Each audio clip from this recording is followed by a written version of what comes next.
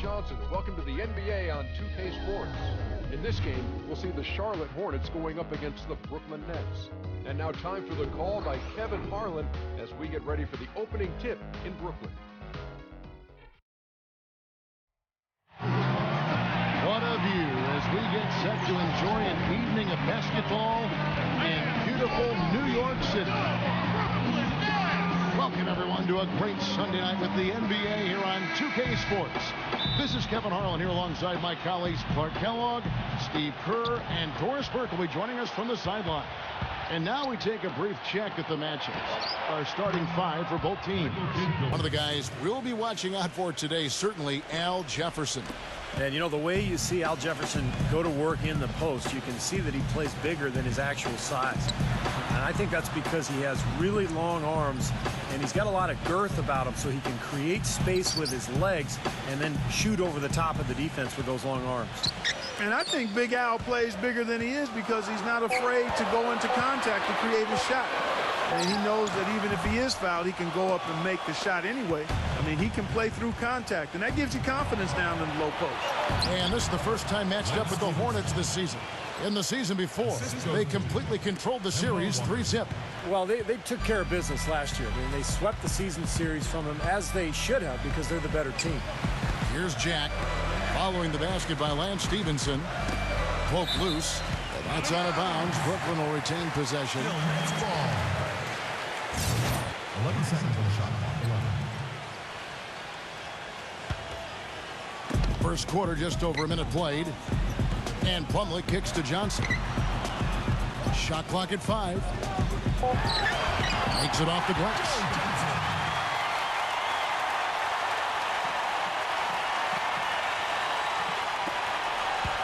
Looking at the last game for the Brooklyn Nets, it was a loss to the Thunder in Oklahoma City. Kevin, that game defensively was an absolute nightmare. They went into that building and just got blown out by a very hot team. Well, they didn't defend those shooters like they should have. And once the fans got into it and the arena started rocking and thumping and bumping, things only got worse. Yeah, the referees all over that one. No doubt about it. Clearly a foul. Nothing to argue about there. Well, it's amazing what a year can do, isn't it? I mean, then Bobcats, now Hornets looked completely lost heading into last season. But with the additions they made, I think they have this ship back on track. Now here's Williams. Knocked away. Stolen by Walker.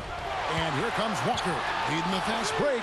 Kid Gilchrist takes the alley-oop pass and dunks it down. Boy, great job of attacking on the break. Yeah, sure was. He made a beeline for the bucket as soon as they got the ball. Right away, straight to the rim. And so it's Brooklyn with it. 7-point differential. So it looks like the Nets will retain possession here. And the Hornets making a change here.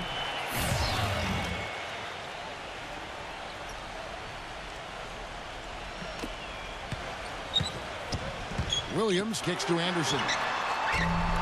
No good from outside. Feeds it to Henderson. And out of bounds as Brooklyn gains possession.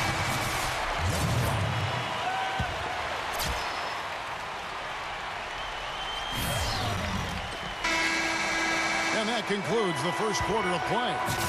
Hornets lead by 7. Stay with us as we get set to bring you the second quarter right after this.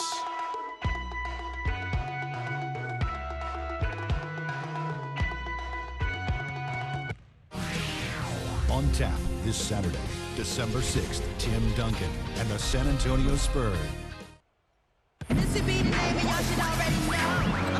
Now the second quarter getting ready to start up.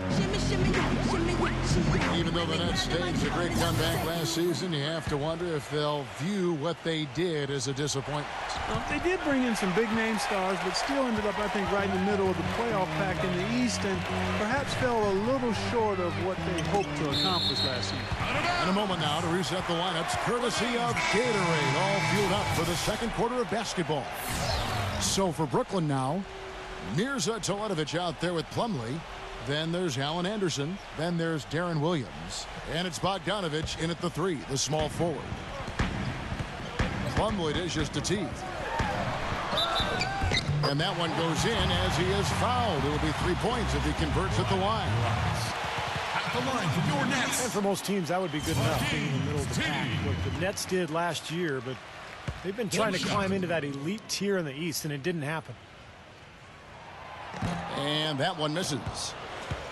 You know, moving up in the conference standings, Brooklyn's window to me might be closing as it relates to making that jump, because they've had to trade away future assets to close the talent gap with the top teams, and that's put them in a tough spot going forward.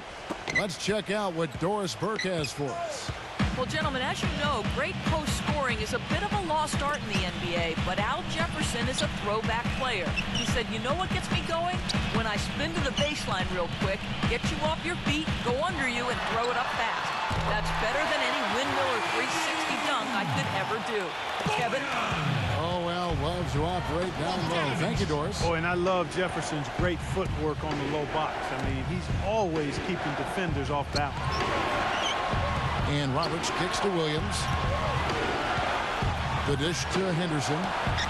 Good, great play by Williams to set it up. Henderson's got 6 points in the quarter. How about that? They respond to a three-pointer with a quick three of their own. Yeah, terrific. Great back-and-forth sequence right there.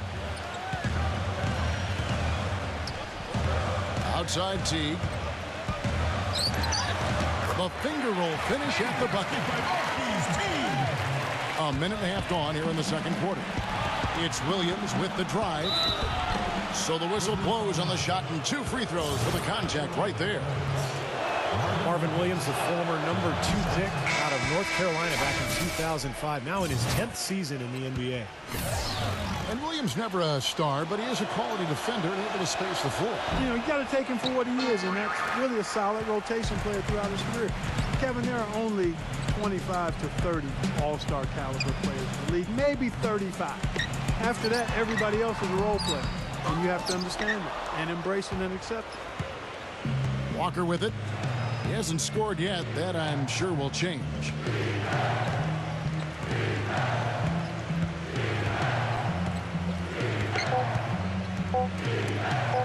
With 1 on the clock, that is good.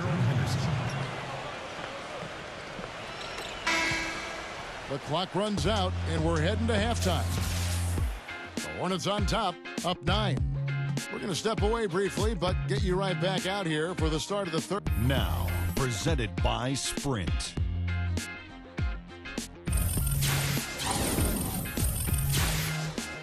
The Sprint Halftime Report, presented by Sprint. And now the third quarter about to get going. A good quarter for Henderson. He has 8 points, and he's got 2 baskets from out in three-point land. I'm sure they'd like to get him a few more of those, so look for them to run some screens for him, try to pop him open. Nets trailed by 9. It's not very often you can say this about the future is looking pretty bright. So often the season ends and you're thinking about the issues you've got to deal with, but right now the Hornets headed in a good direction. On the court for the Hornets, Stevenson is the 2 with MKG the 3. Inside you have Vonleh and Jefferson, and it's Walker in at the point. Plumlee hits them both.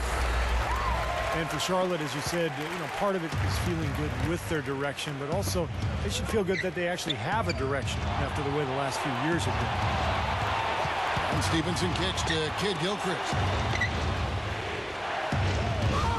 Here's Vonleh. Excellent D there from Garnett. I like the work there, contesting that shot that looked like it was going to be easy, but they forced the miss. You know what? He got it in close, but couldn't finish in traffic. You know, having a direction, as you mentioned, had been a problem with Charlotte because they seemed to change their minds every year about who they were going to be, and they did it for the last decade or so. Now it seems as though the base is solid, and they've got an idea of how they want to build and who they want to build around, and they've got a group that can grow together. Shot's good by Walker. Well, his shot's been pretty accurate today, but he has not had his usual share of opportunities. We've got 1:08 left to play here in the third. Let's go to our sideline reporter, Doris Burke. Doris, what do you have? Well, thank you, Kevin. Steve Clifford, of course, taking over as Charlotte's head coach last season. He emphasized transition defense and rebounding, and their defense was dramatically improved. and he understood the importance of shooting to create space for Al Jefferson inside. Jefferson said he's brought that winning defensive mentality. Kevin, a sharp change. We'll see if he can continue to move things in the right direction. Thanks, Doris. And Charlotte again with the bucket. 43 seconds left here in the third quarter. Jack against Walker. And Jack, here we go. It's Kirilenko on the wing. And Lance Stevenson pulls it down. Tell you what, he can be really frustrating as a shooter. All you can do is grimace because you just can't find the range. And Kid Gilchrist gets it to go in. And their field goal percentage continues to climb. They've really shot the ball well here today so far. Yeah, and it's all about quality shot selection, smart shot selection. They've been very patient on offense. Johnson kicks to Kirilenko. Outside Jack. Shoots. And it's wide right. It's off the rim. Major defensive lapse right there. And he's not a player you can leave open for a jump shot. You got to stay attached to him. They're lucky he couldn't punish them for it. Well, through 3 quarters of play, down double digits, it may be difficult to overcome. Hornets lead by 12. 2Ks. This Wednesday. Welcome back as we get ready to start the fourth quarter. Not exactly a nail-biter here, but you never know. It appears as though the Nets have basically committed to winning now with the way they've handled contracts and trades, and as good as they are, you do have to wonder about their future. Jaron Williams and Joe Johnson at the 1 and 2. Garnett out there with Andre Kirilenko. And it's Anderson in at the small forward. So that's the lineup for Brooklyn. Boy, they are as hot as can be from mid-range. They're getting run off that three-point line, but they're taking advantage and knocking down those middle-range shots. Steve, they've banged home 8 of their last 10 points on pull-up jumpers. Now the pass to Williams. Back to Johnson. Shoots the 3. It's Biyombo with the rebound. Boy, from my angle, it looked like it was in the bottom of the net. Looked good from here. Yep, I thought so too, Clark. The kick out to Walker. Stevenson outside. 1:16 left in the fourth quarter. Well, it started a few years ago, and it looks like it's a trend that is here to stay. Sleeve jerseys, once again, making their presence felt in the NBA. I got to admit, I don't see the appeal for players. I never like to shoot with a sleeved shirt on. It kind of tugs at your arm, but it sells, and that's the big thing for the league. Well, as Steve was talking about, the sleeves might bother some, others not so much, but with last year and the All-Star teams using them as well as the Christmas games, Clark, it is the de facto special edition jersey now, it seems. And, you know, it's good for some casual fans who want to support their teams without running around winter wearing a tank top.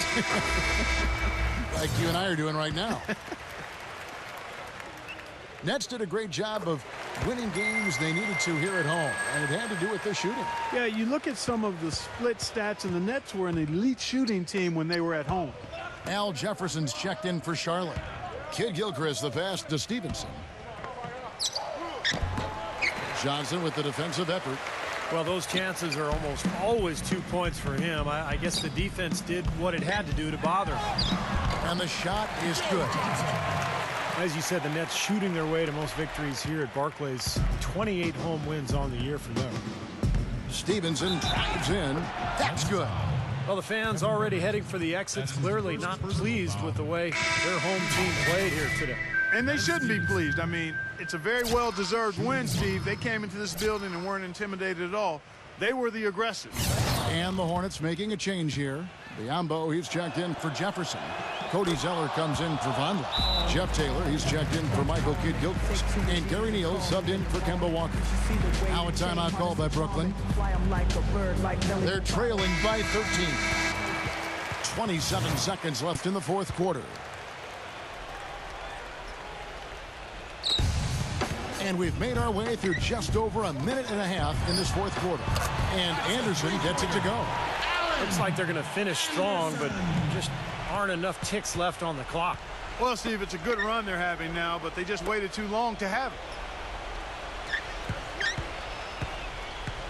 Here's Neal. Stevenson outside.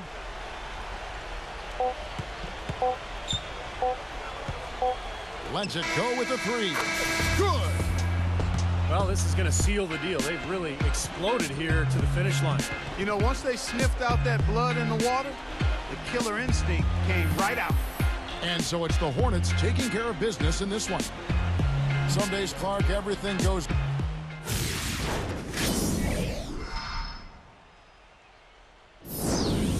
I've been rapping for about 17 years, okay?